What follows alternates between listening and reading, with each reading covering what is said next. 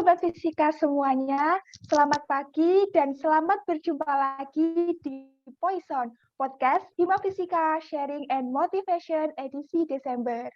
Nah, dalam 30 menit ke depan, saya, Dina Adila Wahyu Wiji Lestari, akan menemani Sobat Fisika semuanya melalui Poison yang dapat disaksikan melalui akun YouTube Hima Fisika dan juga Instagram TV Hima Fisika UNES. Nah, pada Poison pagi hari ini, kita kedatangan tamu yang sangat spesial dan sangat cantik ya, teman-teman bisa melihat semuanya. Beliau ini juga merupakan alumni dari jurusan Fisika UNES dengan karir yang sangat cemerlang. Oke, tanpa lama-lama lagi, langsung saja mari kita sapa Kak Pawitra Sari Mahestias Ramadhani. Halo Mbak Pawitra. Halo semuanya, gimana kabarnya? Sehat?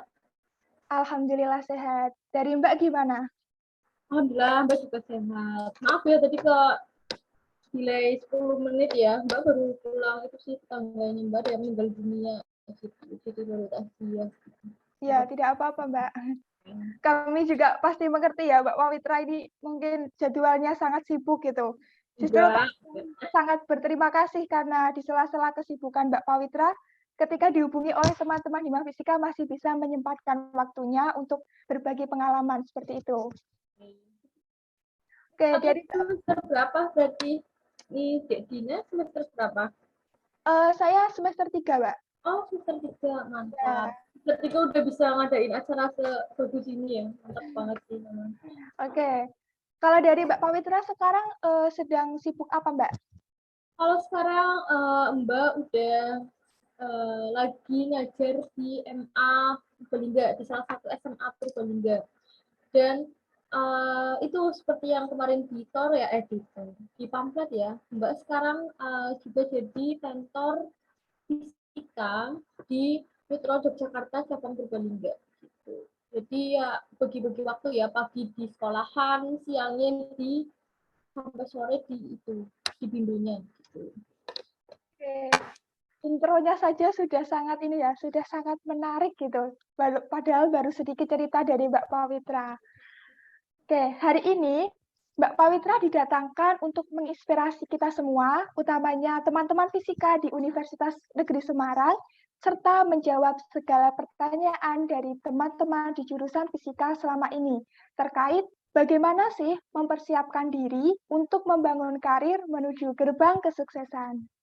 Maka dari itu, kita sudah menghadirkan langsung sosok yang telah memiliki karir yang luar biasa, serta segudang pengalaman, juga penghargaan, baik tingkat nasional, bahkan internasional. Wah, teman-teman fisika sangat menginspirasi sekali ya. Walaupun kita belum mendengarkan nih kisah dan perjalanan dari Mbak Pawitra, tapi kita sudah ada imajinasi gitu. Wah, Mbak Pawitra ini sangat keren gitu. Oke, tanpa basa-basi dan menunda lebih lama lagi, mari langsung kita tanyakan saja kepada Mbak Pawitra untuk mengakhiri rasa penasaran kita, agar sobat-sobat fisika ini tidak penasaran lagi gitu.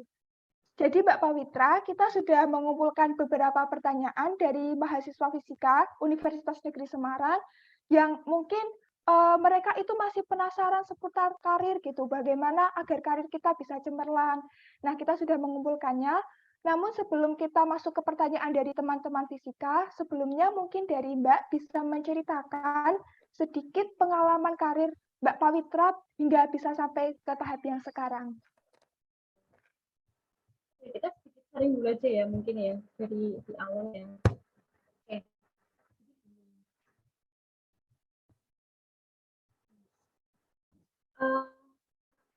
Dari mulai Mbak lulus kuliah dulu aja ya, mungkin ya, dari awal Mbak lulus sampai sekarang gitu ya.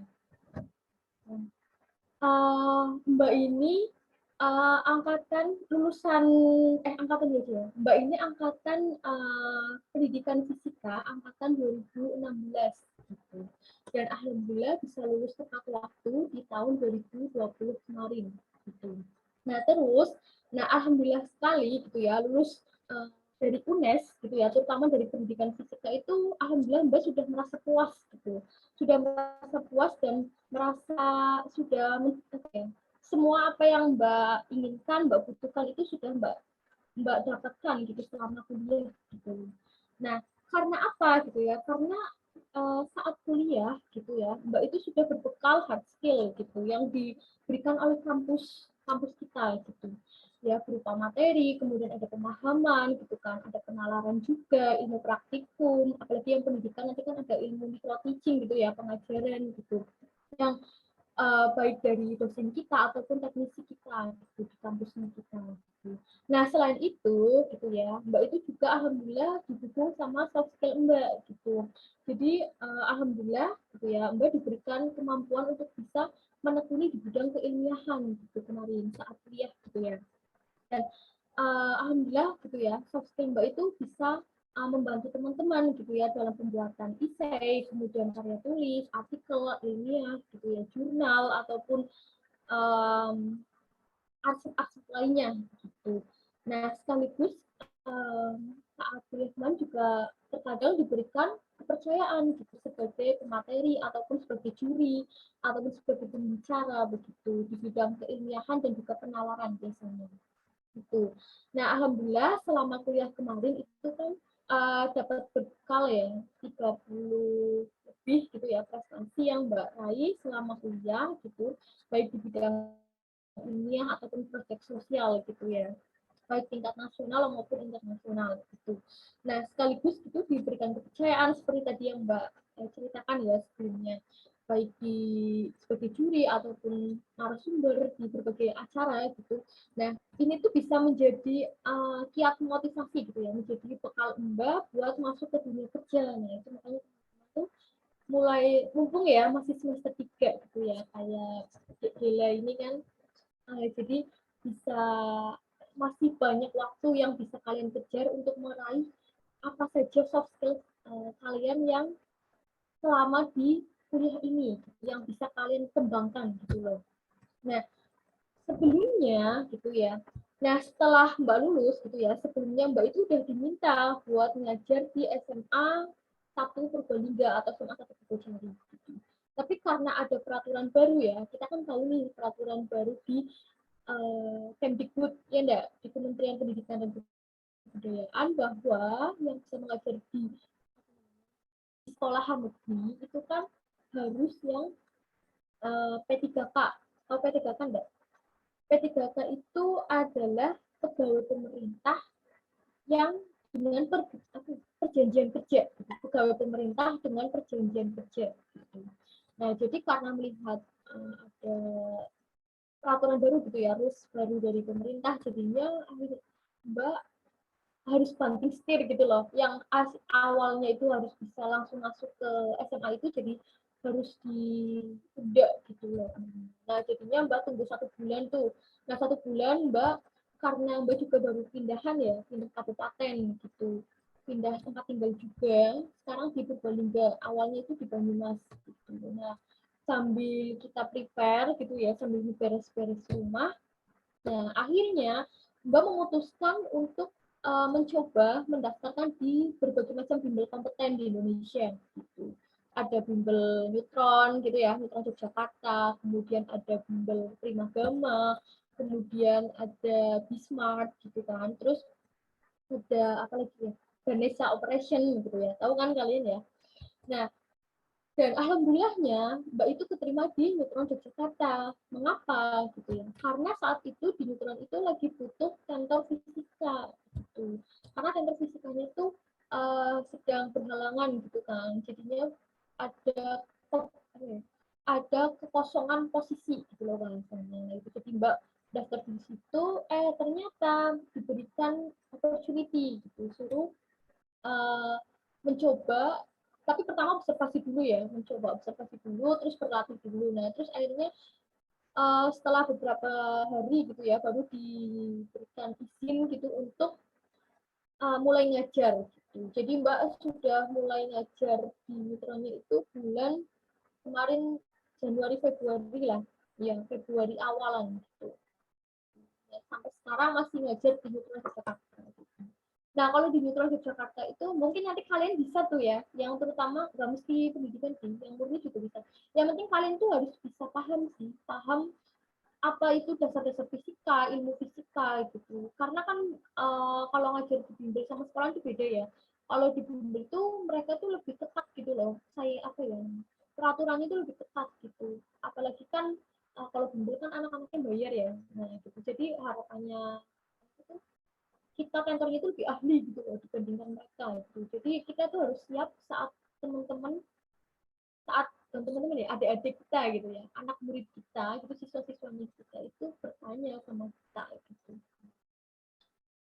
Sedangkan mereka tuh kan kebanyakan dari orang-orang berada gitu lah, makanya gimana caranya kita meskipun kita dari yang keluarga yang kurang berada, tapi kita bisa memiliki ilmu yang lebih gitu loh bagi mereka gitu di antara mereka gitu. Jadi itu motivasinya itu meskipun kita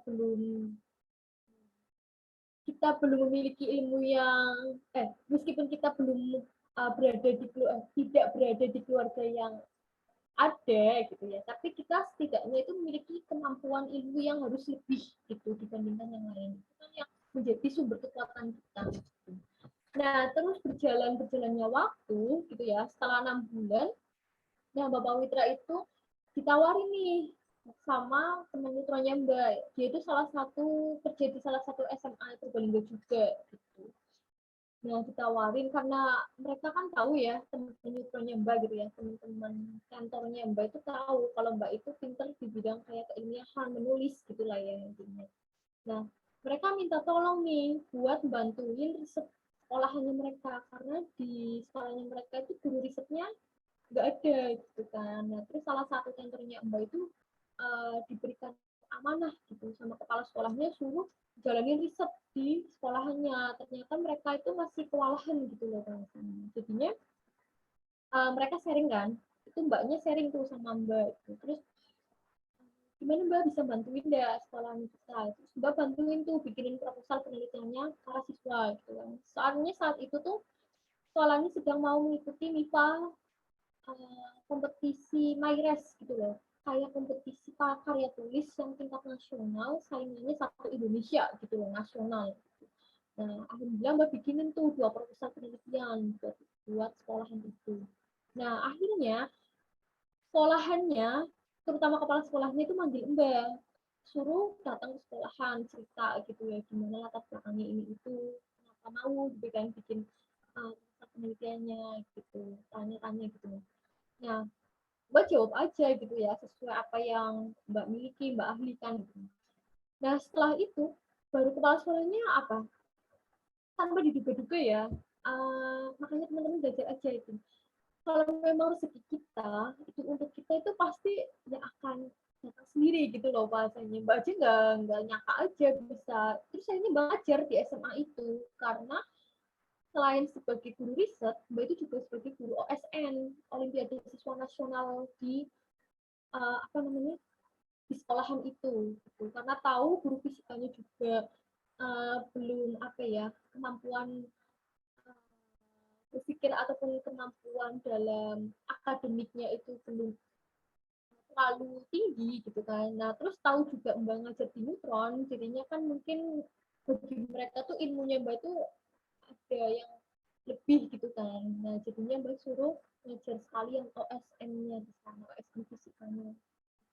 Nah udah sampai sekarang sih, sampai sekarang Mbak masih ngajar di sana, gitu, ngajar kelas 12 sampai 11 kalau Mbak di sana. Gitu. Nah, selain itu, Mbak itu sekarang juga bertugas sebagai Duta PP Provinsi Jawa Tengah. Gitu. Apa sih PP gitu ya? PP itu adalah singkatan dari Pemuda Peduli Lingkungan Asri dan Bersih. Gitu. Jadi nanti teman-teman nih, tahun 2022 bisa nih daftar nih sebagai Duta PP Provinsi Jawa Tengah. Nanti kan ada Mbak tuh. Nah, siapa tahu nanti Mbak bisa bantu kalian buat masuk ke Duta Papelingasi itu. Gitu. Nah, Mbak itu memiliki visi nih Duta Papelingasinya, yaitu meningkatkan, nama juga Papelingasi. Papelingasi kan duta yang peduli terhadap lingkungan, gitu kan.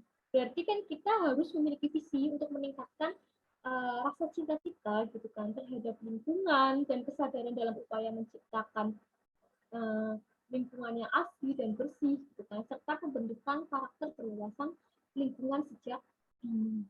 Terus kemudian bagaimana cara kita meningkatkan kesadaran peran pemuda gitu dalam inovasi, kemudian motivasi cinta lingkungan gitu kan, dan penegakan perubahan iklim. Kemudian masyarakat juga harus kita bina gitu, terutama untuk yang sampah, ya enggak, namanya juga cinta lingkungan, berarti kita harus bijak sampah gitu. Kemudian bagaimana cara kita meminimalisir juga pencemaran lingkungan, peningkatan pembangunan ekonomi juga gitu. Cara kita menjalankan reuse recycle gitu kan, bisa memanfaatkan bisnis dari sampah ataupun dari barang-barang limbah yang sudah tidak digunakan gitu kan, dan hunian yang berpihak pada urban eco living gitu. Jadi selain kita memberdayakan masyarakat, memberdayakan diri kita sendiri untuk bisa cinta lingkungan, kita juga bisa memberdayakan masyarakat untuk sama-sama cinta terhadap lingkungan. Jadi itu sih perkembangan karirnya Mbak. Jadi sampai sekarang alhamdulillah masih menjadi guru fisika gitu ya, sekaligus sebagai kantor fisika di Newton Yogyakarta, sama ya itu sebagai duta. Sekarang amanahnya masih sebagai duta perlindungan lingkungan di Provinsi Jawa Tengah itu. Kurang lebih gitu sih. Oke. Itu tadi ya dari Mbak Pawitra sudah ada sedikit. Jadi gini ya Mbak, kita selama kuliah itu sebanyak mungkin gitu membekali diri kita, baik hard skill maupun soft skill, sehingga ya nanti ketika kita sudah keluar dari perkuliahan itu kita sudah siap untuk terjun ke dunia kerja, seperti itu ya Mbak? Ya, betul sekali. Ya, dan tadi juga kalau kita simak dari cerita Mbak Pawitra itu awalnya mempunyai plan A gitu, tapi ternyata belum belum istilahnya ternyata jalannya bukan di situ, Ya, tapi betul. diganti lebih banyak ya Mbak, malah jadi Betul tentor gitu kan, jadi duta juga gitu. Jadi mungkin teman-teman nanti kalau sudah lulus dari perkuliahan, maunya daftar ke sini tapi kok tidak diterima gitu ya, seperti Mbak Pawitra, jangan patah semangat gitu, dicoba lagi jalan-jalan yang lain. Siapa tahu di sana malah kita dapat lebih banyak lagi. Oke, itu tadi sepenggal ya, mungkin sebenarnya kisahnya sangat panjang gitu ya Mbak, pasti banyak suka dan duka yang dilalui, tapi itu tadi mungkin cuma sepenggal cerita dari Mbak Pawitra hingga bisa ke tahap yang sekarang. Nah, oke, kita langsung ini ya Mbak, masuk ke pertanyaan dari teman-teman Fisika UNES kepada Mbak Pawitra yang mungkin sudah sangat penasaran gitu ya.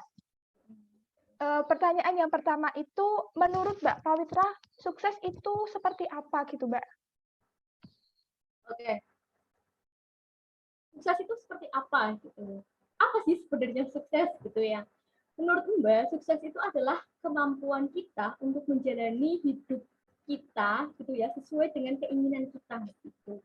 Jadi melakukan apa saja yang paling dinikmati gitu. Terus kita itu bisa dikelilingi orang-orang yang kita senangi dan hormati gitu. Kebanyakan orang-orang yang menganggap pengertian sukses itu kan sebagai saat kita itu wisuda, ya enggak? Pada saat naik jabatan, kemudian pada saat penerimaan penobatan sebagai orang teladan, orang terpintar, terpandai, gitu kan, atau sejenisnya. Gitu. Jadi sukses itu menurut Mbak itu bukannya seperti itu, gitu. Jadi sukses itu bukan tujuan akhir dengan kualitas adanya dan menghalalkan segala cara untuk mencapainya, gitu. Nah, tetapi sebagai suatu proses yang harus kita lakukan step by step gitu loh. Jadi tahap demi tahap, gitu. Hari demi hari, kemudian bahkan menit demi menit. Itulah sukses menurut pandangan Mbak. Nah, mungkin kebanyakan kita sharing tentang sukses ya. Iya, Mbak. Nah, mungkin kebanyakan orang itu berpikir gitu ya bahwa kesuksesan itu dipandang seberapa besar materi yang kita punya, ya enggak, atau yang kita miliki, ataupun kepintaran gitu ya, kepintaran ataupun hard skill yang kita punya untuk mencapai kata sukses, ya enggak biasanya. Nah biasanya untuk menjadi sukses itu kita bisa mulai dari hal-hal yang kecil yang kita mampu lakukan. Nah, Mbak itu biasanya akan memberikan contoh nih yang sering terjadi di lingkungan kita. Misalnya gini, seseorang yang kurang pandai gitu ya di bidang tertentu saja, gitu, walaupun ia kurang menguasai suatu materi tertentu, tetapi setiap ujian gitu ya di bidang yang dia kurang kuasai gitu ya, dia itu selalu percaya gitu, dia itu selalu percaya pada kemampuan diri sendiri gitu, kemampuan diri mereka sendiri dan percaya pada Tuhan yang selalu memberikan penerangan atau kemudahan mereka gitu. Nah, meskipun nanti akhirnya mereka lulus gitu ya dengan mendapatkan hasil C gitu ya. Nah, tapi mereka tuh tetap bersyukur gitu loh. Beda dengan ada seorang yang misalkan mendapatkan nilainya A. Itu kan absolut banget ya sama kita yang kuliah ya enggak? Ya, yang menjadikan dia itu menjadi panutan gitu kan. Yang mendapatkan nilai A itu menjadi panutan dan menerima pujian banyak orang gitu kan sekitarnya, gitu, termasuk dosennya biasanya. Tetapi dalam ujiannya dia itu telah berbuat kecurangan. Nah ini biasanya banyak tahu diaplikasikan di apa ya di kehidupan kampus kita ya enggak, agar bisa menerima nilai A biasanya itu dia tuh curang gitu kan, entah dia nyontek ataupun dia buka internet atau mereka sudah tahu soalnya apa gitu kan. Nah, pertanyaannya, apakah orang yang mendapatkan nilai A itu jadi lebih sukses? Enggak kan? Kalau menurut pandangan Mbak itu tidak. Kenapa? Mungkin anak yang mendapatkan nilai A itu lebih sukses daripada anak yang mendapatkan nilai C. Ya, karena mendapatkan nilai yang lebih baik gitu ya dan banyak mendapatkan ujian ya kan. Dan tetapi gitu ya, dia itu hanya menerima kesuksesan yang dalam arti apa? Arti palsu. Ya, jadi arti kesuksesan yang sebenarnya itu bisa kita lihat dari orang yang tadi mendapatkan nilai C. Gitu. Dikarenakan dia itu telah berusaha maksimal gitu ya dengan kemampuan dirinya ia sendiri gitu ya, diri ia sendiri gitu. Dan ia menjadikan sebagai orang yang sukses gitu. Walaupun nilainya hanya kayak gitu kan. Tetapi kita bisa melihat prosesnya, proses pembelajarannya, tahap demi tahap untuk mendapatkan nilai C tersebut. Nah, jadi Mbak tuh yakin anak yang mendapatkan nilai C itu akan lebih besar gitu ya kemungkinannya untuk mencapai kesuksesan gitu yang sesungguhnya, bukan yang palsu ya yang kayak A gitu.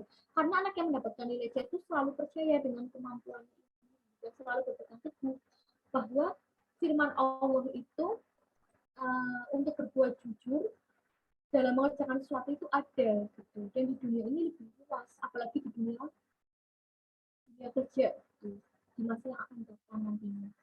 Bahwa kejujuran dan berpegang teguh itu menolak godaan iblis gitu kan, atau setan gitu yang bisa diandalkan orang-orang yang masih apa ya namanya, menggunakan cara yang salah gitu loh dalam membohongi dirinya kepada Tuhan. Gitu. Nah, bukti lainnya gini deh. Misalnya gini menurut Mbak, kalian tahu kan para wakil rakyat yang korupsi, ya enggak? Ia kan menerima suap, ya enggak, dan mementingkan dirinya sendiri dibandingkan kepentingan rakyatnya, gitu kan. Nah, pertanyaannya, apakah mereka itu tidak pintar ataupun tidak sukses? Sepertinya tidak mungkin jawabannya, ya enggak? Karena jika orang yang tidak berpendidikan itu tidak mungkin menjadi wakil rakyat, ya kan?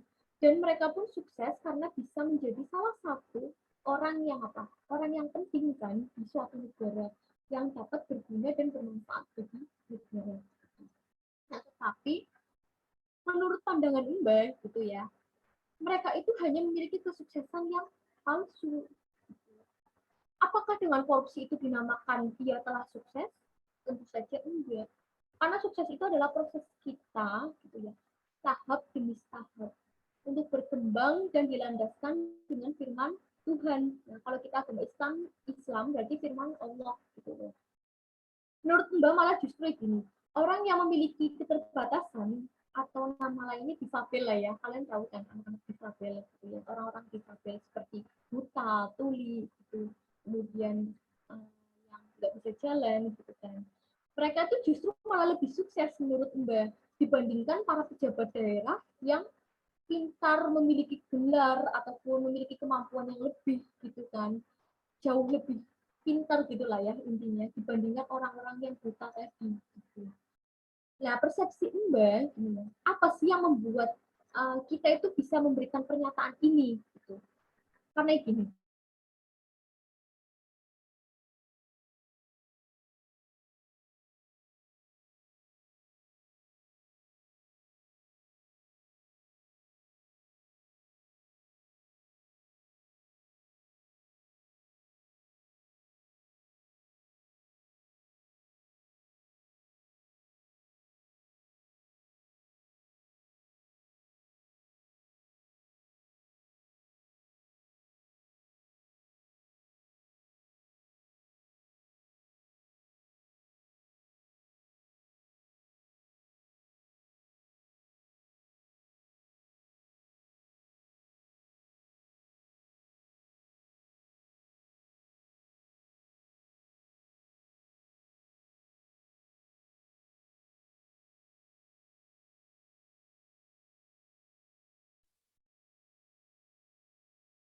Oke, Sobat Fisika semuanya, mungkin dari Mbak Pawitra ada sedikit kendala sinyal ya. Dari teman-teman bisa menunggu sebentar, kita akan mencoba menghubungi lagi dari Mbak Pawitra.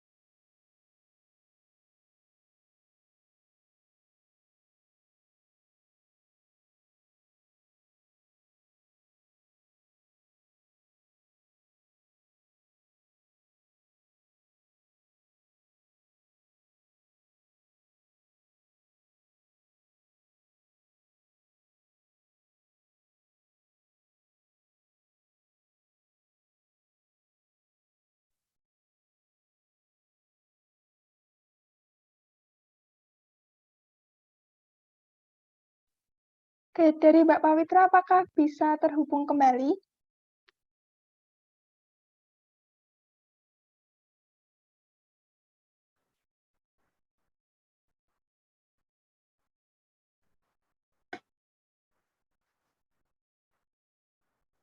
Cek dari Mbak Pawitra. maaf ya tadi ya, tiba-tiba koneksinya. Iya. Iya, Mbak, tidak apa-apa. Inilah ya salah satu kendala kalau kita berbincang Iya, secara virtual gitu ya, kendalanya jaringan betul, gitu. betul, betul. Ya, enggak apa-apa, Mbak. Mungkin bisa dilanjutkan ya. Tadi mungkin kita sampai bahas di itu ya, di pejabat yang korupsi gitu. Oh, Yang tadi baru solusiku ya?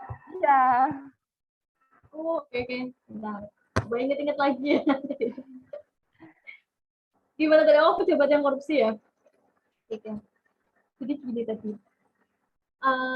Bukti lainnya gitu ya, menurut Mbak itu adalah para wakil rakyat gitu yang korupsi tadi kan. Gitu ya tadi ya? ya, Mbak. Ya. Nah, dia itu kan menerima suap gitu kan dan mementingkan kepentingan dirinya sendiri gitu kan dibandingkan kepentingan rakyatnya. Ya enggak? Nah, pertanyaannya gini deh, apakah mereka itu tidak pintar gitu ataupun tidak sukses gitu? Nah, sepertinya jawabannya tidak mungkin, ya kan? Karena nggak mungkin tuh kalau misalkan mereka itu orang yang tidak berpendidikan dapat menjadi wakil rakyat gitu kan. dan mereka pun sukses gitu. Karena apa? Gitu. Karena mereka kan menjadi salah satu orang terpenting, gitu kan, orang terpenting di suatu negara. Gitu. Dan harapannya itu bisa bermanfaat bagi sama atau bagi rakyatnya, gitu. Terutama bagi negara lah. Gitu. Nah, tetapi menurut pandangan Mbak, gitu ya, mereka itu hanya memiliki kesuksesan yang palsu. Apakah dengan korupsi itu mereka dikatakan sudah sukses? Enggak kan jawabannya. Justru sukses itu adalah proses kita setahap demi setahap gitu untuk berkembang gitu intinya. Dan bagaimana kita itu berjalan gitu dilandaskan dengan firman Allah gitu, firman Tuhan ya. Gitu. Nah, bahkan menurut Mbak itu orang yang korupsi itu justru malah kalah sama orang yang memiliki keterbatasan ya, atau kita dengan istilah difabel. Ya nggak tahu ya teman-teman ya. Nah, seperti buta gitu kan, tuli ataupun yang tidak bisa berjalan tadi. Nah, justru mereka itu lebih sukses menurut Mbak dibandingkan para pejabat daerah yang pintar ataupun memiliki titel gitu kan, memiliki posisi atau jabatan yang tinggi gitu. Bahkan kemampuan para pejabat itu kan jauh lebih tinggi ya kan dibandingkan orang-orang gitu. Nah, tapi persepsi Mbak itu justru gini, orang-orang yang difabel tadi, buta ataupun tuli, itu justru mereka itu kan sebenarnya kan tidak diinginkan ya, tidak menginginkan gitu ya. Mereka kan tidak menginginkan bahwa mereka itu kan diciptakan seperti itu oleh Tuhan, ya enggak? Tapi mereka itu tetap berusaha gitu kan. Dia itu tetap berusaha hari demi hari menjadi lebih baik, kemudian mereka itu berusaha untuk bisa terus bermanfaat bagi sesama, ya enggak? Bahkan mereka tuh berusaha juga loh untuk berlatih berbicara, gitu. Terutama yang memiliki apa ya keterbatasan gitu ya, memiliki kekurangan yang tidak bisa bicara, gitu, yang bisu. Gitu. Justru malah proses yang bertahap itu yang dinamakan kesuksesan sesungguhnya. Gitu. Jadi menurut pandangan Mbak, kesuksesan sesungguhnya itu mereka yang mau berjalan, mereka yang mau berproses tahap demi tahap untuk berkembang. Dan jangan lupa dilandaskan juga dengan keyakinan kita kepada Allah. Itu pandangan. Oke? Ya, oke, itu tadi ya teman-teman sudut pandang dari Mbak Pawitra mengenai kesuksesan. Jadi sukses itu bukan hanya tentang jabatan, materi, seperti itu ya Mbak. Tapi bagaimana kita apa ya menikmati, bagaimana kita bisa mencapai keinginan itu, bagaimana kita bisa menikmati proses dan perjuangan kita. Oke, kita masuk ke pertanyaan yang kedua. Mungkin ini sempat disinggung ya dari Mbak Pawitra tadi. Menurut Mbak, orang-orang yang sudah sukses itu orang yang seperti apa? Mungkin bisa ditegaskan lagi gitu, Mbak.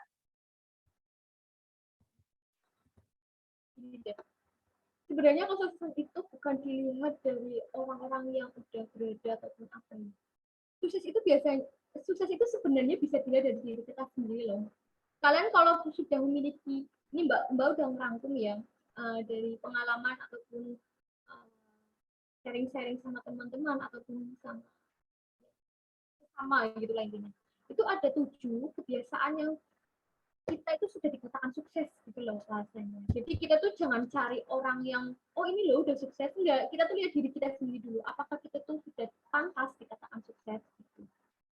Kita kan tahu nih kesuksesan itu kan sebuah keinginan yang diinginkan gitu kan bagi banyak orang yang tidak hanya diukur dari segi ekonomi ataupun finansial, ya enggak, yang finansial yang stabil ataupun kuat gitu kan. Kesuksesan itu juga bisa hadir dari berbagai macam aspek gitu. Misalkan dari pendidikan, kemudian ada prestasi, olahraga, kemudian kan kalau kita fisika itu bisa menjadi penemu teori loh. Nah, itu tuh ataupun teknologi yang belum ada gitu, yang tujuannya nanti bisa meningkatkan kualitas hidup orang banyak gitu. Itu juga termasuk sukses juga gitu. Nah, meskipun berbeda-beda, namun kita tuh memiliki berbagai macam indikator kesamaan. Nah, ini yang Mbak udah rangkum nih. Yang udah Mbak rangkum menjadi 7 indikator ciri-ciri orang yang sukses gitu. Nah, yang pertama itu adalah kita berani mengambil resiko. Nah, jadi suatu apa ya, setiap hal yang kita kita lakukan dalam mencapai tujuan yang diinginkan itu pasti kan memiliki resiko, ya enggak? Baik dalam skala besar maupun skala yang kecil, gitu kan. Nah, maka dari itu kita tuh harus berani mengambil resiko, gitu. Dengan berani mengambil resiko itu kita bisa merealisasikan, gitu ya, apa keinginan dan impian kita, gitu. Jadi apa ya namanya, goals oriented, gitu loh bahasanya. Apapun yang kita inginkan itu jadi lebih mudah, gitu loh, untuk meraih kesuksesan kita. Gitu. Jadi tujuannya itu bagaimana cara kita tuh membuat diri kita itu menjadi seorang yang berkomitmen, gitu loh bahasanya. Berkomitmen agar dapat meningkatkan value diri kita sendiri secara profesional. Itu yang pertama, ya. Berani mengambil resiko. Yang kedua itu adalah terus mengasah diri. Nah, ini nih yang penting nih, mengasah diri. Jadi gimana cara kita, niat dan pola pikir kita yang kuat itu gini, niat dan pola pikir yang kuat saja itu nggak cukup, gitu loh. Niat dan pola pikir yang kuat aja itu tidak cukup bagi kita, gitu. Jadi kita itu juga harus mempunyai apa ya, keterbukaan, gitu loh bahasanya. Punya keterbukaan dan bagaimana cara kita itu mengasah kemampuan diri kita, gitu. Nah, pembelajaran menjadi orang yang sukses itu bisa kita lihat dari mana saja, gitu ya. Bisa dilihat dari lingkungan kita sendiri bahkan. Nah, misalkan kita belajar membaca buku nih yang mampu memberikan apa ya, asupan, gitu ya, memberikan asupan pengetahuan, gitu ya, tentang ilmu-ilmu yang kita butuhkan, gitu. Nah, selain itu kita juga bisa belajar dari pengalaman kita juga, gitu. Pengalaman kita dalam menjalani bisnis ataupun pengalaman di dunia kerja, gitu kan, secara profesional itu juga bisa dilakukan untuk mengasah kemampuan kita, mengasah kemampuan kita. Terus yang ketiga itu adalah membaca peluang. Nah, ini kita tuh bisa kita itu harus apa ya, pinter-pinter gitu, membaca peluang dengan cermat, gitu loh bahasanya.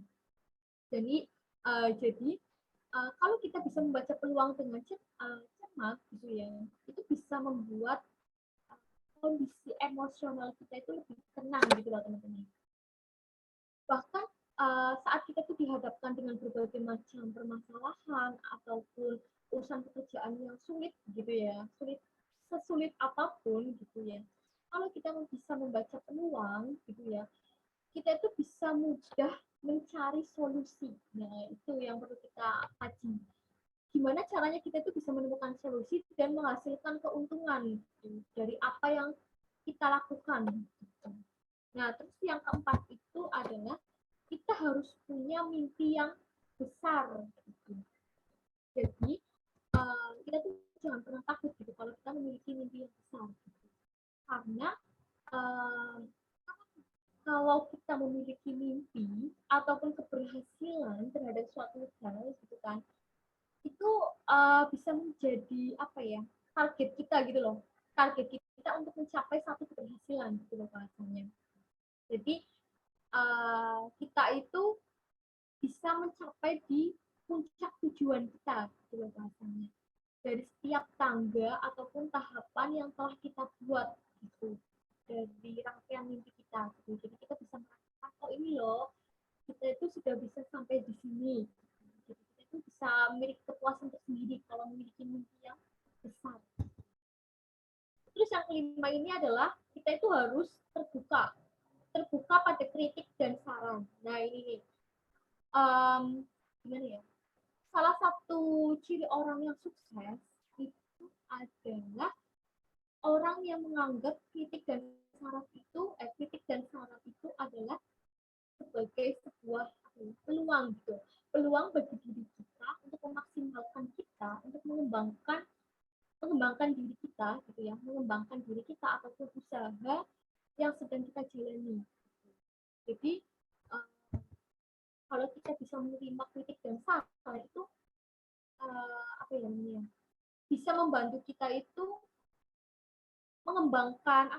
mengembangkan usaha kita yang kita geluti, gitu loh. Jadi kita itu, oh ini loh yang kurang di diri kita, jadi kita tuh bisa lebih lebih berproses, gitu loh, lebih tahu, gitu loh, ini kekurangan kita di sini. Jadi kita lebih bisa mengembangkan kemampuan kita ataupun usaha kita yang kita geluti. dia menjadi orang yang sukses gitu di kemudian hari. Terus yang keenam itu adalah kita harus memiliki administrasi yang baik. Ya, mengapa? Karena dengan segala pencapaian, gitu ya, segala pencapaian dan keuntungan yang telah kita miliki, gitu ya, itu harus dikelola dengan baik, gitu. Agar apa, gitu ya? Agar kita itu mampu bertahan, gitu ya, dan berkembang, gitu ya, berkembang dengan baik, gitu ya. Jadi kita tuh bisa memahami cara-cara kita awalnya gitu ya. Awalnya itu gimana kita bisa meningkatkan pencapaian kita. Kemudian bagaimana cara kita meraih kesuksesan kita dulu gitu hingga kita tuh bisa terus bertahan gitu loh dari waktu ke waktu gitu, yang sangat sangat lama gitu kan. Nah, itu yang keenam, kita harus memiliki administrasi yang baik. Terus apa sih yang terakhir gitu ya? Yang terakhir itu adalah kita harus bekerja dengan cerdas dan disiplin. Mengapa gitu ya? Karena kalau kita tidak mulai untuk bekerja dan mengolah kemampuan gitu ya, mengolah kemampuan kita gitu ya, menjadi lebih baik lagi dan segala pengetahuan dan pengalaman yang telah kita raih gitu, itu sangat tidak perfect gitu ya kalau kita tidak mendisiplinkan diri sejak dini gitu. Jadi dengan kita disiplin itu dapat memudahkan pekerjaan kita loh teman-teman. Jadi kita tuh bisa apa ya, memaksimalkan waktu kita gitu loh bahasanya, memaksimalkan waktu kita untuk um, menyelesaikan pekerjaan kita gitu, menyelesaikan pekerjaan kita dengan baik gitu ya. Begitu pula bisa memanfaatkan waktu yang ada untuk bisa memaksimalkan diri kita gitu, memaksimalkan peluang diri kita sendiri gitu, atau kemampuan diri kita sendiri. Jadi kita itu bisa meningkatkan pencapaian apa saja yang bisa kita bawa ke jalur kesuksesan kita, gitu. Baik untuk diri kita sendiri maupun untuk orang lain atau bersama. Jadi sebelumnya, gitu ya. Jadi seperti yang telah kita tadi pelajari ya, bahwa perencanaan itu merupakan salah satu faktor yang salah satu faktor penting gitu ya dalam meraih kesuksesan gitu. Jadi orang yang sukses itu orang yang sudah memiliki prepare gitu, orang yang sudah memiliki perencanaan gitu. Jadi belum perencanaan gitu ya, perencanaan baik untuk pekerjaan yang kita geluti ataupun finansial yang akan kita raih gitu. Jadi perencanaan itu banyak ya, ada perencanaan kemampuan diri, perencanaan finansial gitu. Terus apa lagi ya? Jadi kita tuh bisa membedakan gitu loh. Kita bisa membedakan mana yang namanya kebutuhan dan mana yang namanya keinginan gitu loh bahasanya. Supaya kita itu bisa lebih berhemat gitu loh. Kalau misalkan kita jadi mahasiswa aja sudah berhemat gitu ya, itu kan bisa membantu apa ya? Membantu mengasah pola pikir kita, ya enggak? Pola pikir kita untuk menemukan apa ya namanya? Solusi gitu ya. Kita menemukan solusi dan bagaimana cara kita melangkah memaksimalkan pengembangan diri kita untuk menjadi orang yang sukses. Jadi itu tadi kesuksesan itu dinilai dan diawali dari diri kita sendiri. Nah, itu tadi Mbak udah kasih 7 ya, 7 apa ya namanya? 7 kebiasaan gitulah ya, 7 kebiasaan yang dimiliki oleh orang sukses. Jadi coba deh teman-teman checklist nih satu-satu apakah dari 7 itu sudah teman-teman miliki. Kalau teman-teman sudah memiliki 7 kebiasaan itu berarti teman-teman sudah dikatakan sebagai orang yang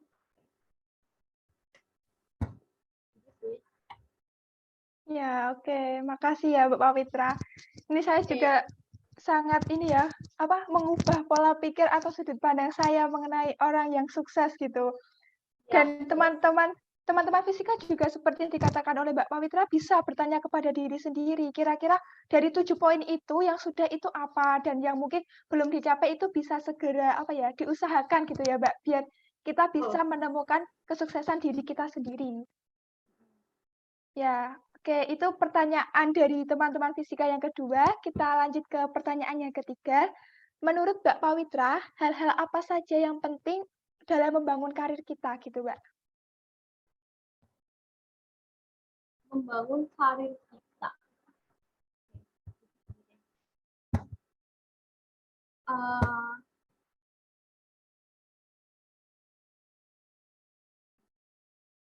kalau membangun karir itu kan berarti kita tuh harus memiliki niat untuk bisa menjadi orang yang sukses dan bahagia, ya enggak? Nah, ini Mbak pernah belajar nih, Mbak pernah belajar dari sebuah buku ya, pernah baca nih di sebuah buku, ada yang namanya prinsip Ikigai. Kalian pernah tahu nggak sih prinsip Ikigai? Ikigai itu kan adalah prinsip yang diambil dari bahasa Jepang. Ya nggak? Pernah dengar nggak?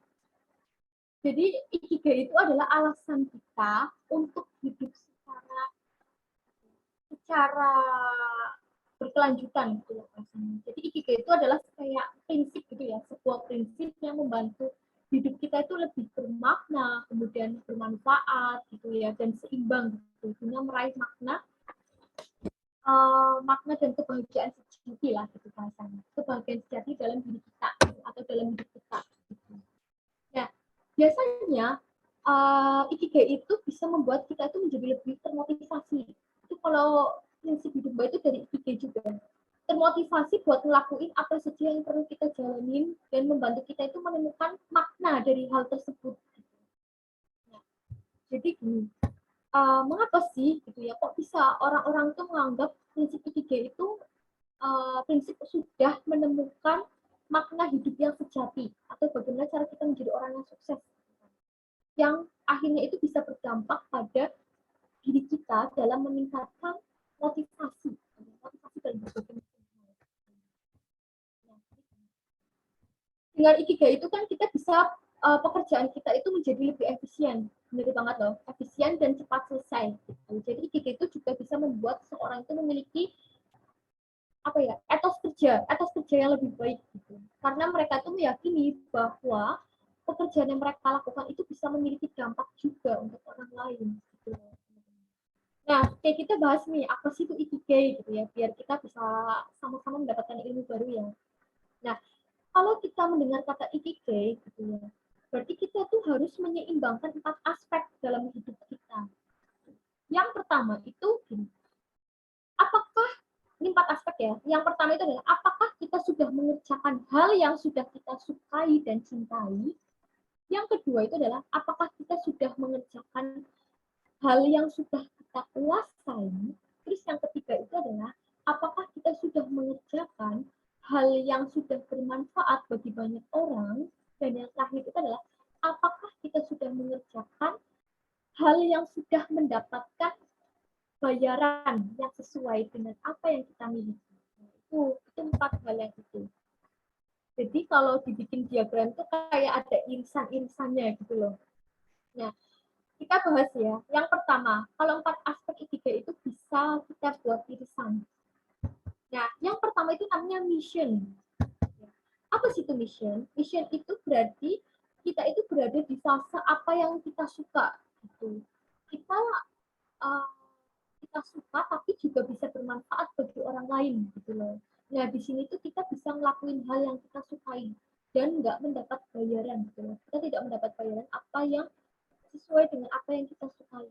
Misalnya gini deh, misalnya kalian gitu ya menjadi relawan gitu, relawan yang rela untuk langsung turun ke daerah yang kena musibah bencana alam. Nah, di situ kan kita ngelakuin hal yang kita suka, ya enggak? Dan bermanfaat bagi orang lain atau bagi banyak orang lah. Nah, karena mungkin dengan hal tersebut gitu ya, kita kan bisa menemukan sumber kesenangan tersendiri bagi diri kita. Tapi kita nggak dapat bayaran, ya enggak? Nah, itu yang pertama, mission. Yang kedua itu adalah vocation. Apa itu vocation gitu ya?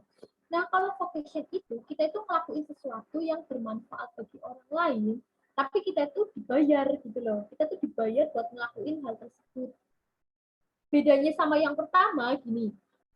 Di sini kita itu di yang kedua ini ya, kita tuh ngelakuin hal yang kita tuh nggak suka gitu loh sebenarnya. Gitu. Tapi kita tuh menguasai gitu loh. Kita tuh menguasai bidang tersebut. Contohnya gini deh. Contohnya saat kita dimintai kerja gitu ya, dimintai oleh orang tua kita untuk kerja di kantornya mereka gitu loh rasanya. Nah, di sini kan kita melakukan sesuatu yang bermanfaat kan bagi orang tua kita, dan kita juga dibayar oleh orang tua kita di kantor tersebut, ya enggak? Nah, itu kan berarti di sini kita tuh mengerjakan sesuatu yang kita nggak sukai atau kita kuasai, tapi kita tuh bisa membantu mereka menyenangkan gitu dan bisa dibayar. Itu yang kedua. Terus yang ketiga itu adalah profession atau profesi. Ya. Kalau profesi itu berarti di sini kita itu melakukan hal yang kita kuasai dan kita tuh dibayar gitu untuk melakukan hal tersebut. Jadi contohnya gini, misalkan kita bekerja di apa ya, di perusahaan X gitu lah. Kita bekerja di perusahaan X yang bergerak misalkan di bidang IT. Nah, kita mungkin menguasai nih pekerjaan di bidang tersebut gitu kan. Dan tentu kita itu dibayar, ya nggak, buat ngelakuin atau buat melakukan hal tersebut. Gitu. Tapi sebetulnya kita tuh nggak menyukai, gitu. Kita nggak menyukai bidang tersebut karena terpaksa buat apa namanya? Biasanya buat menyambung hidup, ya nggak. Ditambah lagi setelah dipikir-pikir, kalau kita nggak bekerja kan kita juga nggak memberikan manfaat juga kan bagi masyarakat luas. Gitu. Nah itu yang ketiga. Nah yang terakhir nih, yang terakhir itu kita berada di fase namanya itu kita ngelakuin hal yang kita suka dan kita tuh juga menguasai. Dan di sini tuh kita benar-benar ngelakuin apa saja yang sebetulnya kita pengen gitu loh bahasanya. Jadi kita tuh nggak mengharapkan bayaran gitu loh, nggak mengharapkan bayaran yang sesuai dengan pekerjaan kita gitu. Dan dirasa oleh orang lain itu juga kurang memberikan manfaat gitu loh. Contohnya gini deh, misalkan teman-teman itu suka bermain musik gitu ya. Nah, suka bermain musik ya. Nah, kita itu juga misalkan gini, teman-teman itu udah ahli gitu lah, ahli di bidang permusikan gitu. Tapi setelah dipikir-pikir lebih lanjut gitu ya, pekerjaan ini tuh tidak menghasilkan banyak uang gitu kan. Banyak uang buat kita makan, buat kita hidup ataupun bertahan hidup ya di era sekarang gitu. Keseharian ya di era apa, di kehidupan sehari-hari gitu. Ditambah lagi pekerjaan ini kan juga kurang memberikan manfaat di sekitar kita. Jadi kalau passion itu benar-benar kemampuan kita gitu loh, kayak hobi gitu lah bahasanya, nama lainnya hobi. Hobi kan kita kan nggak dibayar tuh, ya kan? Dan juga kadang hobi itu kurang bermanfaat juga kan buat orang lain. Tapi kita senang gitu loh. Nah itu namanya passion. Tadi kan Mbak udah sebutin ya 4 itu. Nah terus um, nah, terus gimana sih cara kita untuk memenuhi keempat aspek ketiga? Jadi kalau namanya orang yang biar kita tuh karirnya sukses, kita tuh keempat tiga tadi itu harus benar-benar kita capai, dari mulai mission, vocation, kemudian profession, sama yang terakhir tadi apa, passion. Itu keempat itu harus imbang gitu. Nah, apa sih yang perlu kita capai gitu ya? Apa yang perlu kita lakukan untuk mencapai 4 tadi gitu ya? Nah, yang pertama itu kita harus memiliki suatu tujuan, ya. Yang berarti itu kita harus meyakini dulu gitu di awal. Jadi kalian tanya deh sama diri kalian sendiri, hal apa sih ini ya? Coba kalian nanti saat acara ini selesai, coba kalian tanya nih sama diri kalian. Tanya. Yang pertama, tanya hal apa sih yang membuat aku itu termotivasi untuk bisa terus bertahan hidup. Terus yang kedua itu, hal apa sih yang aku punya, apa sih yang aku miliki saat ini, dan apa sih yang hal apa saja sih yang senilai gitu loh, yang sejalan sama nilai diri kita sendiri. Terus yang ketiga itu, lingkungan yang bagaimana sih yang bisa membuat kita itu meraih tujuan hidup kita, yang membantu gitu loh bahasanya. Lingkungan seperti apa sih yang bisa membantu kita meraih tujuan hidup kita? Mungkin dalam waktu 1 malam itu nggak mungkin kita bisa jawab ya. Nah, it's okay, nanti kita bisa dari ketiga itu kita bisa rangkum sendiri tuh, dari hari ke hari kita tahu nih apa sih keinginan dan tujuan hidup kita itu apa. Nah, terus yang kedua itu adalah kita itu jangan kebanyakan mikir. Jadi teman-teman yuk kita mulai berhentilah kebanyakan mikir ya, overthinking gitu. Jadi mulailah kita ngelakuin sesuatu gitu. Jadi kita tuh mulai merefleksikan jawaban diri kita gitu loh dari pertanyaan-pertanyaan tadi sebelumnya gitu. Jadi kita mulai aja deh ngelakuin misalkan di bidang olahraga ataupun seni, teknologi gitu kan. Terutama untuk yang anak fisika kan suka tuh kita yang teknologi gitu kan. Jadi kalau kita masih nggak yakin, nggak apa-apa gitu. Jadi mulai aja dulu gitu loh bahasanya. Kita pelan-pelan dulu gitu. Kalau pelan-pelan kan pasti bakal kita nemuin kok apa sih tujuan hidup kita gitu. Yang pas buat kita jalanin gitu. Terus yang ketiga itu adalah kita coba sih. Kita cobalah untuk mengobrol gitu ya dengan orang yang punya passion yang sama dengan kita. Nah, itu tuh penting banget tuh biar kita tuh bisa sharing pengalaman gitu kan yang pernah kita alamin gitu seputar passion kita. Harapannya kita tuh bisa memperluas pandangan kita gitu loh, bisa mengembangkan passion kita yang kita miliki gitu. Nah, misalnya kita punya passion musik gitu kan. Jadi kita bisa gabung nih misalkan ya tadi ya. Kita bisa gabung di komunitas-komunitas musik yang kita sukai gitu. Jadi kita itu bisa bakal ketemu sama orang-orang yang punya ketertarikan yang sama gitu loh sama kita gitu. Dengan gitu kita kan bisa belajar ya enggak? Kita bisa belajar meningkatkan kemampuan atau pengetahuan kita. Dan yang terakhir itu adalah sadar. Yang keempat ya, caranya itu adalah kita sadar kalau rintangan itu sesuatu yang wajar gitu. Nggak mungkin kalau kita hidup itu lurus-lurus aja. Kita hidup lurus-lurus aja itu nggak mungkin. Namanya dalam proses mencapai ikigai tadi, yang proses untuk mencapai hidup yang sukses, bahagia dan damai, bahkan bisa menuju karir yang cemerlang, itu kan pasti butuh proses yang nggak sebentar, ya enggak? Jadi kita mulai dulu dengan tekad yang kuat, ya, kemampuan yang kuat juga, gitu kan. Bagaimana cara kita mulai berproses untuk menghadapi rintangan tersebut. Gitu. Jadi namanya rintangan itu jangan dihindari, gitu loh teman-teman. Jadi penting nih buat diri kita untuk menemukan ikigai untuk diri kita sendiri itu apa. Kita tuh harus percaya pada proses yang kita jalani. Jadi menurut Mbak, saran Mbak itu ikigai itu merupakan salah satu cara buat kita itu menemukan makna gitu loh, menemukan makna dari tujuan hidup kita. Jadi semua itu tergantung pada diri kita sendiri nih. Gimana cara kita memilih prinsip hidup kita sendiri, prinsip hidup kita untuk bahagia, sukses, ataupun mendapatkan karir yang cemerlang. Gitu. Ya, carilah prinsip hidup kita yang sesuai dengan makna hidup kita sendiri. Itu sih, Ya, terima kasih ya Mbak. Itu tadi ya, hal-hal yang menurut Mbak Pawitra kita harus perhatikan untuk membangun karir kita. Nah, tapi apa yang udah dikatakan oleh Mbak Pawitra itu ini ya, kembali lagi ke diri kita. Kalau kita hanya mendengar apa yang dikatakan Mbak Pawitra tapi tidak kita realisasikan. Seperti saya itu Mbak tadi pas Mbak Pawitra bilang jangan hanya dipikirkan, itu saya langsung merasa ke diri karena saya juga hanya dipikirkan gitu ya. Ya, malah kita tuh membuang waktu hanya stuck di situ, hanya memikirkan tapi tidak dijalankan gitu. Itu termasuk saya, termasuk ke golongan itu, Mbak. Oke. Oke, ini mungkin pertanyaan yang terakhir ya dari teman-teman fisika kepada Mbak Pawitra. Mungkin apa sih tips dan juga trik dari Mbak untuk yang sedang atau baru memulai karir mereka, namun ini tidak sejalan dengan jurusan kuliah mereka, gitu Mbak? berarti gini ya, tips meraih sukses meski kerja tak sesuai dengan jurusan kuliah ya, gitu ya? Ya, begitu Mbak. Mungkin kuliahnya di pendidikan fisika, tapi kok apa? Banyak kok. Iya, gitu, tidak sejalan gitu Mbak. Berkarir itu tidak mesti saklek dengan jurusan kuliah kita. Jadi kita tuh bisa mengembangkan karir kita meskipun bertolak belakang dengan jurusan kita. Gitu loh.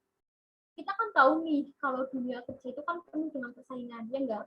Kalau kita hanya menunggu pekerjaan yang sejalur dengan jurusan kuliah kita, gitu ya, mungkin sampai tua gitu ya, kita tuh nggak bakalan nemu yang tepat gitu loh, nemu yang sesuai dengan apa yang mau kita kerjakan gitu kan. Nah, faktanya gitu ya, banyak orang-orang yang meraih sukses, karir yang gemilang gitu ya, itu banyak yang di luar jurusan loh bahkan.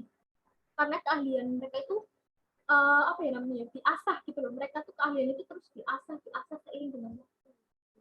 Jadi misalnya gini deh, teman-teman ingin jadi wartawan gitu ya. Nah, yang tidak harus namanya jadi wartawan itu tidak harus mereka yang kuliahnya itu jurusan apa tadi, jurnalistik kan, berarti kan dia nggak tentu di kuliah di jurusan jurnalistik gitu kan, maupun misalkan si jurusan broadcasting, dia nggak broadcasting di dunia kampusnya atau di jurusannya. Nah itu belum tentu tuh, belum tentu mereka yang kuliah di jurusan jurnalistik atau broadcasting yang justru keterima di pekerjaan itu gitu. Justru malah kita gitu ya, yang backgroundnya misalkan nih sarjana pertanian gitu ya, terus misalkan sarjana pertambangan ataupun kita lah bahkan ya sarjana MIPA gitu lah ya, itu atau sains gitu ya intinya ya, nama lainnya kan, itu bisa itu berprofesi sebagai wartawan gitu.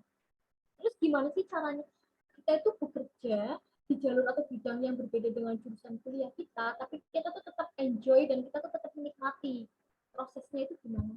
Nah, pengalaman dari Mbak gitu ya. Yang pertama, ya Mbak sih udah Mbak rangkum jadi berapa ya? 4 atau 5 kalau nggak salah. Ingatnya Mbak ya. 4 atau 5 lah. Yang pertama itu adalah hobi. Kita tuh awali dari hobi sebagai profesi. Nah, itu yang pertama. Hobi sebagai profesi. Jadi kita tuh melakukan sesuatu yang kita senangi. Tadi kan kita udah belajar prinsip ikigai kan. Jadi kan ikigai itu nggak harus kita yang nggak kita kuasai, tapi kan kita punya sesuatu yang kita senangi gitu kan, kayak hobi gitu. Nah, kita senangi. Nah, kan tentu jauh apa ya? Tentu kita tuh kan akan jauh lebih nyaman, ya nggak, lebih mudah, lebih nyaman gitu kan. Ketimbang yang tidak kita minati gitu kan. Dengan pekerjaan gitu loh teman-teman. Jadi meski kita bekerja gitu ya, sejalan apa ya, tidak sejalan dengan kuliah kita, namun kita itu memiliki minat di situ, itu nggak apa-apa gitu. Daripada kita bekerja sejalan dengan jurusan kita, tapi kita tuh tidak ada minat gitu loh. Kita tuh tidak ada minat sama sekali gitu di apa ya namanya, di pekerjaan itu percuma gitu loh teman-teman, percuma, dan bahkan malah justru menyiksa diri kita sendiri. Jadi contohnya gini deh, misalkan teman-teman di sini hobinya menulis, kita kan tahu nih menulis kan salah satu kemampuan yang wajib kita miliki kan di bangku sekolah dulu, ya enggak? Jadi guru-guru kita kan mewajibkan kita tuh harus memiliki kemampuan menulis. Mungkin di sini teman-teman juga memiliki kemampuan menulis juga kan sampai sekarang. Nah, sarjana MIPA itu kan hanyalah sebuah titel, ya enggak? Hanya sebuah titel di secara ijazah. Ya. Namun kalau kita nyaman gitu ya dan juga memiliki antusias gitu ya dalam menulis berita, artikel, kemudian novel ataupun blog gitu kan, itu kan sama saja itu bisa membantu karir kita gitu, membantu karir kita sebagai penulis. Nah, itu penulis, sebagai penulis apa namanya, blog, wartawan, atau sebagai content writer ya, content creator, atau sebagai content writer juga bisa gitu. Jadi hobi kita itu bisa mengarahkan kita menuju ke karir yang cemerlang gitu. Terus yang kedua itu adalah kerja magang. Nah ini nih, biasanya anak-anak murni ya, fisika murni itu kan magang nih nanti nih di semester 7. Kalau yang pendidikan kan nanti PPL. Nah, kalau misalkan kita ingin bekerja di luar jurusan kuliah kita, tapi kita belum punya pengalaman gitu ya, magang itu jadi solusi. Magang jadi solusinya. Dengan magang kan kita memiliki kemampuan ya dan kesempatan gitu ya, kesempatan belajar untuk menggeluti bidang yang akan kita minati. Gitu. Magang itu kan biasanya umumnya 3 bulan, ya enggak? Nah nanti sewaktu-waktu itu juga bisa diperpanjang gitu, sesuai dengan kebutuhan perusahaan biasanya, ataupun performa dari para pemagang tersebut. Nah, bila kinerjanya kita bagus atau baik gitu ya, nah itu sangat mungkin kita itu bisa dipromosikan gitu loh rasanya, dipromosikan menjadi karyawan kontrak gitu, ataupun bahkan bisa langsung tetap, ada loh yang kayak gitu. Nah, kalaupun misalkan enggak, gitu ya, enggak jadi karyawan tetap, gitu kan, kita kan juga memiliki apa ya namanya, kita tetap memiliki pengalaman, ya enggak, pengalaman dari magang tersebut. Nah, pengalaman inilah yang nanti bisa kita gunakan buat melamar pekerjaan gitu. Jadi meskipun tidak sesuai dengan jurusan, siapa tahu nih dari karyawan magang tadi ya awalnya, itu karir kita itu bisa melesat loh, bisa melesat karena bekerja apa? Bekerja sesuai dengan passion kita. Yang kedua itu tadi magang. Terus yang ketiga itu apa? Yang ketiga itu kita asah skill pelatihan kita. Kalau misalkan kita apa namanya tadi bekerja gitu ya, kita bekerja melenceng gitu ya dari jurusan kuliah kita, why not gitu loh, kenapa tidak gitu loh, karena itu sesuatu yang tidak dilarang gitu loh oleh siapapun gitu kan, apalagi kalau kita itu punya keterampilan dan keahlian yang wow gitu loh, yang kita sukai, yang kita kuasai gitu. Jadi keterampilan dan keahlian itu bisa kita peroleh gitu dari mulai nanti teman-teman bisa melakukan pelatihan, kemudian kursus ataupun seminar gitu loh, workshop bahkan ya kan ada tuh biasanya. Nah, itu bisa kita gali lagi tuh di situ. Misalkan di sini deh, contohnya teman-teman dari jurusan teknik mesin nih. Nah, tetapi kalian itu lebih menyukai di bidang marketing. Anak teknik mesin suka bidang marketing kan agak itu ya beda banget kan. Ya, melencengnya beda banget ya, Pak. Iya betul, chance-nya kan beda banget kan. Nah itu kan tapi kita itu tadi misalkan ikut kursus di digital marketingnya gitu loh. Misalkan kita ikut di kursus digital marketingnya. Nah itu kan jelas nanti kita kan memiliki apa ya, memiliki soft skill tersendiri kan. Maksudnya kemampuan tersendiri yang sudah diasah tadi di kursus tadi ya enggak, meskipun terlihat sangat jauh sekali antara teknik mesin sama marketing gitu kan, namun tidak ada yang tidak mungkin di dunia ini ya enggak, kalau kita misalkan sudah memiliki bekal gitu kan, jadi kalau kita sudah memiliki bekal untuk melamar pekerjaan, hal apa saja itu bisa terjadi.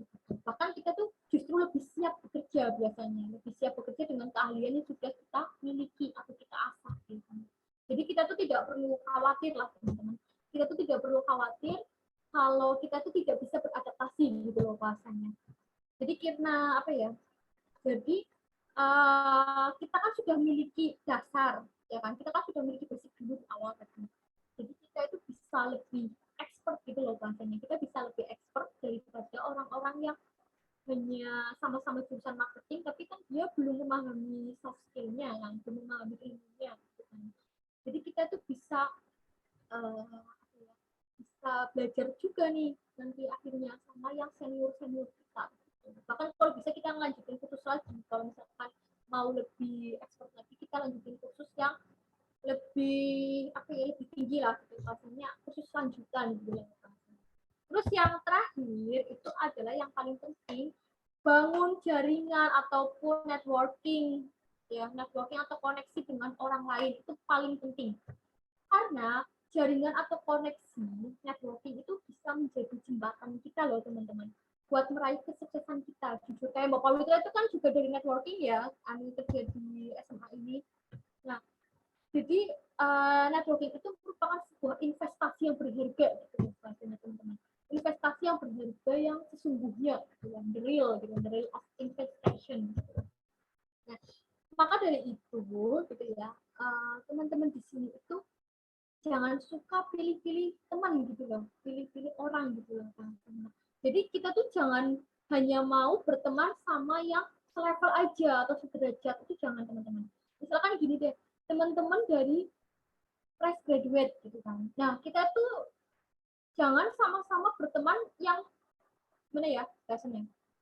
Kita kan fresh graduate, kita tuh cobalah gitu ya, kita coba untuk membangun koneksi dengan orang yang justru lebih berpengalaman gitu loh dari diri kita gitu. Jadi jangan yang sama-sama fresh graduate gitu kan, pengalamannya kan masih sama gitu kan. Nah, jadi kita tuh cari yang orang-orang yang pengalaman itu justru di atasnya kita. Jadi membangun komunikasinya kan lebih baik gitu kan. Nah, bisa juga nih teman-teman bisa ngikutin misalkan buat membangun koneksi gitu ya, teman-teman bisa ikut berbagai macam komunitas gitu ya, kayak Hima Fisika ini termasuknya bagus loh, komunitas yang selain bagus di bidang akademisi, itu kan pengabdian masyarakatnya juga bagus ya di Himafi. Mbak itu sih sangat impresif banget sih sama Himafi kita. Terus kita juga bisa nih gabung di forum diskusi ataupun misalkan di jaringan link gitu ya, bahkan situs-situs yang profesional gitu yang bisa mempertemukan kita gitu kan dengan orang-orang yang hebat di luar sana, itu bisa itu. Jadi kita itu tidak hanya sekedar ngobrol di minat yang sama aja gitu loh teman-teman, tapi bagaimana cara kita tuh bisa berbagi ide, membangun rasa apa ya, rasa percaya diri kita gitu loh. Kita itu bisa sama-sama belajar dari kesuksesan mentor kita lah gitu bahasanya, dan bisa menjadikan apa yang kita dapatkan itu memberikan manfaat bagi diri kita sendiri dan untuk orang lain. Jadi ciptakan hubungan yang baik gitu ya, agar jika suatu saat gitu ya, salah satu nih teman dari kalian itu membutuhkan sebuah apa namanya karyawan bilang bahasanya, teman-temannya kalian itu bisa merekrut kalian gitu loh, bisa mengajak kalian itu bisa bekerja di bidang pekerjaannya gitu, meskipun nggak sesuai tadi tuh dengan jurusan kita, nggak apa kan, namanya juga bekerja kan nggak harus sesuai dengan jurusan kita, tapi gimana cara kita bisa apa ya, gigih ya, nggak bisa terus mengasah potensi kita, keahlian kita, terus bagaimana cara kita bisa terus meningkatkan motivasi kita untuk tetap itu tetap kuat gitu ya bahasanya. Oh, temennya kalian aja nggak melihat dari IPK kalian kok, nggak melihat dari jurusan kalian kok, yang mereka lihat itu tadi kegigihan, kemudian keahlian, dan juga motivasi kerja kalian. Itu yang teman-temannya kalian lihat itu kalau misalkan kalian kerja terus temennya kalian kerja terus kalian lagi butuh pekerjaan, yang teman-temannya kalian lihat itu di kalian itu tiga itu. Jadi ya IPK memang penting ya, tapi buat apa sih kalau kita nilainya tinggi tapi kita tuh tidak memiliki kemampuan atau motivasi kerja yang tinggi, itu nggak apa ya, nggak ngaruh lah intinya lah. Kayak gini deh, kalian kan tahu nih angka tertinggi di kehidupan kita itu angka berapa sih? Angka 10, ya enggak? Nah, IPK itu tertinggi berapa sih? 4 kan. Jadi masih agak 6 di hidup kita ini. Jadi bagaimana caranya kita tuh bisa mendapatkan 6 nilai itu?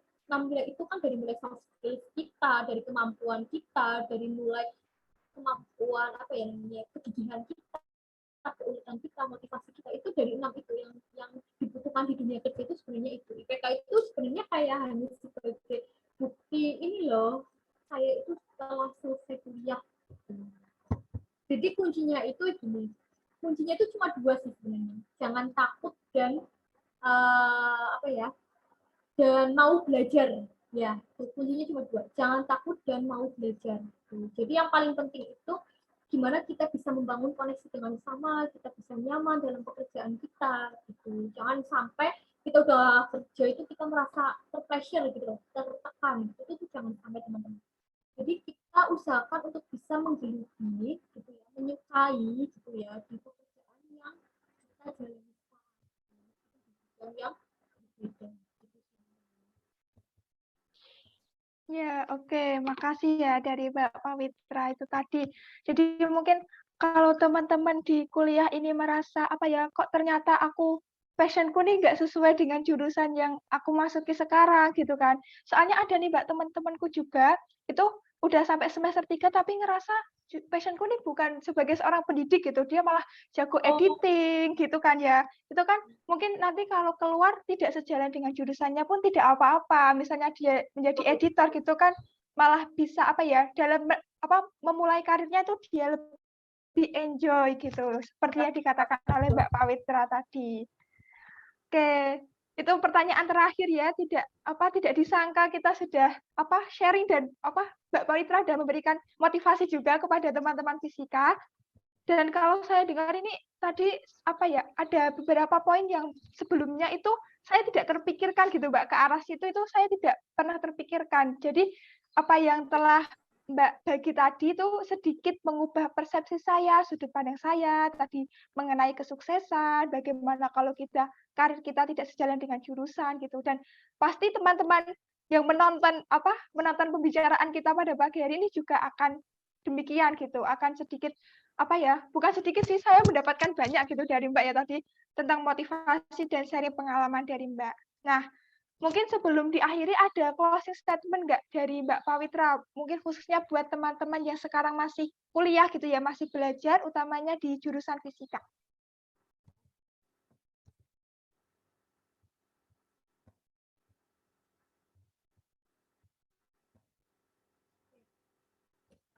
Gini deh,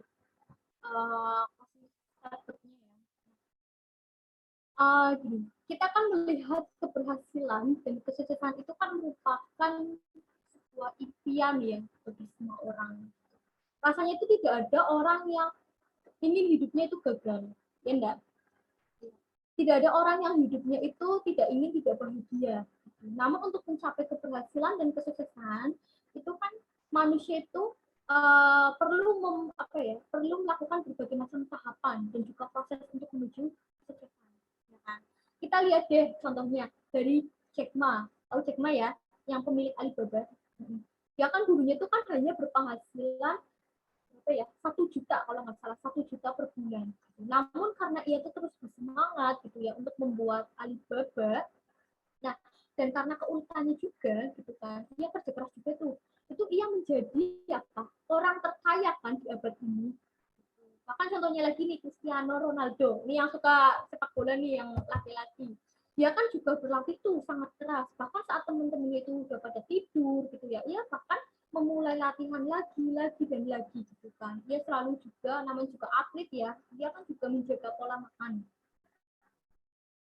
agar tetap sehat dan untuk tubuhnya juga kuat gitu kan. Nah, kerja keras atlet inilah yang perlu kita contoh gitu loh. Nah, keringat-keringat mereka lah yang menjadi pengingat perjuangan kita. Dan keringat dari teman-teman kita pun ya, teman-teman keringat kalian gitu ya, keringat teman-teman sekalipun itu bisa menjadi catatan kisah perjuangan kita loh. Setuju nggak? Iya. Jadi setiap orang itu memiliki peluang untuk sukses. Jadi setiap orang itu pasti bisa sukses. Yang terpenting itu yakni apakah orang itu mau belajar gitu loh, mau menjadi sukses gitu. Apakah orang itu bisa teguh dan bisa terus meningkatkan aktivitas kerjanya, itu pertanyaannya. Karena kita tahu kan sukses itu kan tidak mungkin instan, sukses itu kan butuh perjuangan. Jadi perlu kita garis bawahi bahwa sukses itu adalah hak segala bangsa, gitu ya. Sepakat ya? Ya. Jadi Mbak itu memberikan resep sukses buat teman-teman nih, biar kita dengarkan dengan bersama. Jika teman kalian tidur, maka kalian itu harus bangun. Jika teman kalian itu bermain kalian itu harus tetap bekerja. Kemudian, jika teman kalian liburan, refreshing gitu ya, kalian itu harus gimana? Kalian harus tetap bekerja. Gitu. Nah, terus gimana jika teman kalian itu baru mulai bekerja? Nah, kalian baru tuh bisa istirahat. Gitu. Jadi, jika teman kalian itu bekerja keras, apa yang kalian nikmati? Apa yang kalian lakukan? Kalian kan sekarang tinggal menikmati kan? Kalian tinggal menikmati hasil kerja keras kalian yang sudah kalian mulai, sudah kalian susun, kalian raih gitu. Saat mereka bisa masih tidur, ya kan? Nah, jadi kita tuh kayak bahasanya itu start di awal gitu. Mbak juga gitu.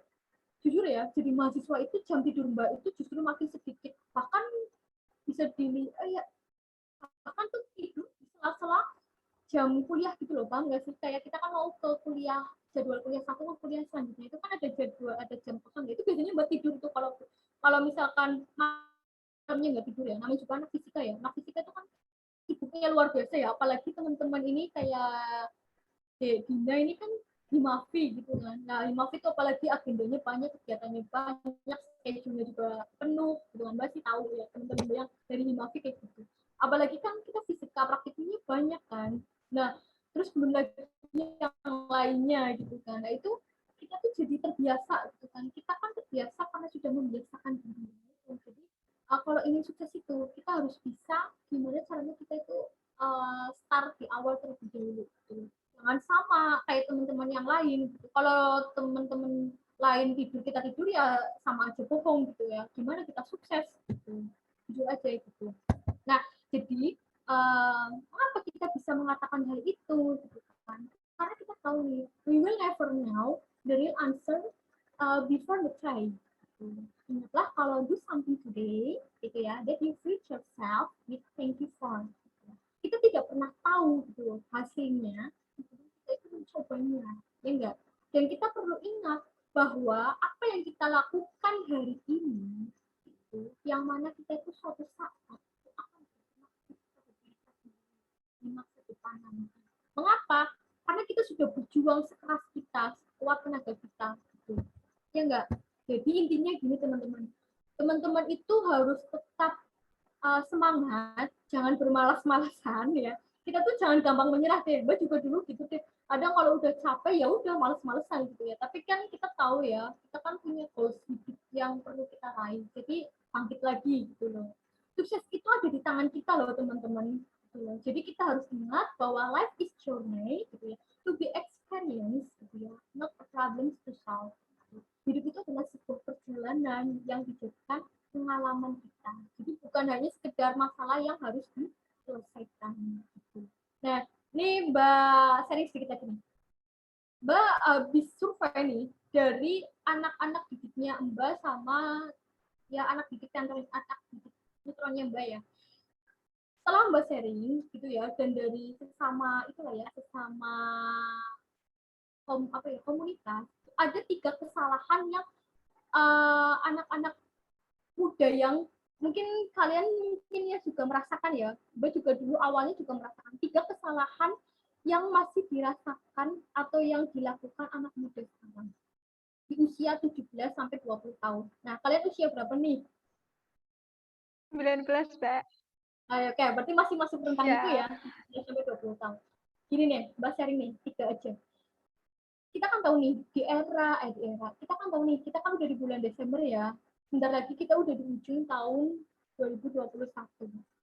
Nah, kalau misalkan kita tanya nih ke anak muda gitu kan, gimana nih kemampuan kalian sudah di era tahun 2021 ini? Mereka pasti jawabnya hanya pelongo gitu kan. Bahkan mereka tuh merasa tidak belum punya apa-apa gitu, belum bisa melakukan apa-apa gitu. Bahkan kalau ditanya apa ya gitu kan, ada kayak gitu kan teman-temannya kita gitu. Nah, ini nih 3 kesalahan utama yang biasanya kita lakukan gitu loh, terutama di anak usia muda 17 hingga 20 tahun. Yang pertama itu mereka tuh mereka itu belum mempunyai tujuan hidup atau goals oriented gitu. Jadi mereka itu belum tahu tuh tujuan mereka itu mau diarahkan kemana gitu. Jadi usahakan teman-teman itu harus sudah tahu nih tujuan hidup teman-teman itu mau dibawa kemana gitu. Terus yang kedua itu gini. Biasanya kalau misalkan Mbak tanya terus mereka tuh jawab seperti santai aja bro gitu kan, kita kan masih muda ngapain gitu kan, kita main dulu aja gitu. Nah itu teman-teman itu harus diperhatikan. Kita kan tahu nih usia semakin kesini semakin semakin tua kan, nggak mungkin semakin muda ya kan. Nah gimana caranya kita itu justru jangan membebani orang tua terus, tapi gimana caranya kita itu bisa membahagiakan orang tua kita dengan cepat. Nah itu jadi kita tuh jangan beranggapan masih muda ya udah kita main dulu nongkrong dulu, itu jangan dilakukan. Itu kesalahan kedua. Kesalahan yang terakhir itu apa? Kita itu kebanyakan mengikuti atau memfollow akun-akun yang tidak berguna atau akun-akun yang sekedar hanya hiburan gitu. Ya enggak? Setuju nggak? Iya. Biasanya kita tuh banyak akun-akun yang justru yang nggak berguna gitu loh bagi diri kita gitu loh. Nah itu perlu diminimalisir ya teman-teman ya. Jadi kita tuh harusnya gitu ya sebaiknya kita tuh follow yang akun-akun yang berguna aja gitu, yang bermanfaat bagi diri kita sendiri, yang gimana caranya bisa mengasah kemampuan kita, meningkatkan motivasi hidup kita gitu. Jadi yuk kita mulai sekarang tuh bangkit, kita mulai melakukan perubahan gitu. Supaya apa? Supaya kita bisa sukses di usia muda. Gitu. Sukses di usia tua kan sudah biasa ya teman-teman ya. Tapi sukses di usia muda itu jauh lebih luar biasa. Oke, semoga bermanfaat. Oke, terima kasih ya Mbak dari Mbak Pawitra sudah berkenan ini kita sharing membagikan pengalamannya untuk teman-teman fisika di sela-sela kesibukan Mbak yang pastinya sangat padat gitu ya. Dan semoga teman-teman fisika juga bisa mengambil intisari atau poin-poin yang telah disampaikan oleh Mbak Pawitra dan jangan lupa untuk diaplikasikan gitu. Jangan hanya didengar, namun nanti lewat dari kuping kanan keluar ke kuping kiri tidak direalisasikan di kehidupan nyata. Oke, terima kasih ya, Mbak. Ya, sama-sama semuanya. Oke, itu tadi teman-teman perbincangan kita dengan Mbak Pawitra yang sangat menarik, sangat menginspirasi, dan sangat memotivasi. Nah, satu hal yang saya bisa ambil nih dari Mbak Pawitra bahwa kesuksesan itu bukan hanya sekedar jabatan, bukan hanya dilihat dari segi finansial gitu ya, tapi bagaimana kita meraih keinginan kita, bagaimana kita menikmati setiap proses kita untuk meraih keinginan tersebut, bagaimana kita menikmati perjuangan kita gitu. Dan tetap berada pada jalan yang baik gitu. Jangan sampai mengharapkan cara-cara yang buruk untuk mencapai keinginan kita. Gitu ya, Mbak. Betul. Jadi makanya nih mulai dari teman-teman ya, kalau misalkan ujian ujian semester, jangan ikut-ikutan teman-teman yang lain gitu loh, kan mereka tuh biasanya pada nyontek kan, bawa contekan. Nah, kalian jangan deh dibiasakan gitu, meskipun nanti dapatnya C kan, jadi kalian kan bisa belajar kan gitu. Mbak juga jujur aja ya, Mbak selama kuliah nggak pernah nyontek sih.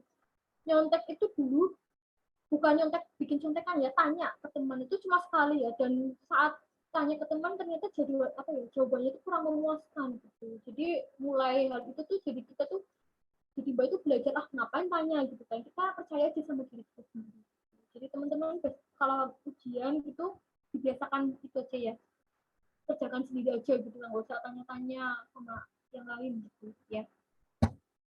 Ya, oke, itu tadi ya sedikit pesan penutup dari Mbak Pawitra untuk mengakhiri Poison pada pagi hari ini. Nah ya, untuk teman-teman semuanya juga jangan lupa untuk memfollow akun media sosial dari Hima Fisika UNES, baik Instagram, Facebook, TikTok, dan juga YouTube-nya untuk mendapatkan info terbaru, serta untuk menjalin silaturahmi antar alumni. Oke, saya rasa cukup ya perbincangan kita dengan Mbak Pawitra pada pagi hari ini di Poison edisi Desember. Sekali lagi saya ucapkan kepada Mbak Pawitra yang sudah berkenan hadir dan membagikan pengalamannya untuk adik-adik Mbak Pawitra gitu ya, agar karirnya bisa seperti Mbak gitu. Nah, dari saya selaku host mungkin meminta maaf jika ada kesalahan dalam bertutur kata, baik disengaja maupun yang tidak disengaja. Terima kasih atas perhatiannya, selamat pagi dan see you next time. Terima kasih Mbak.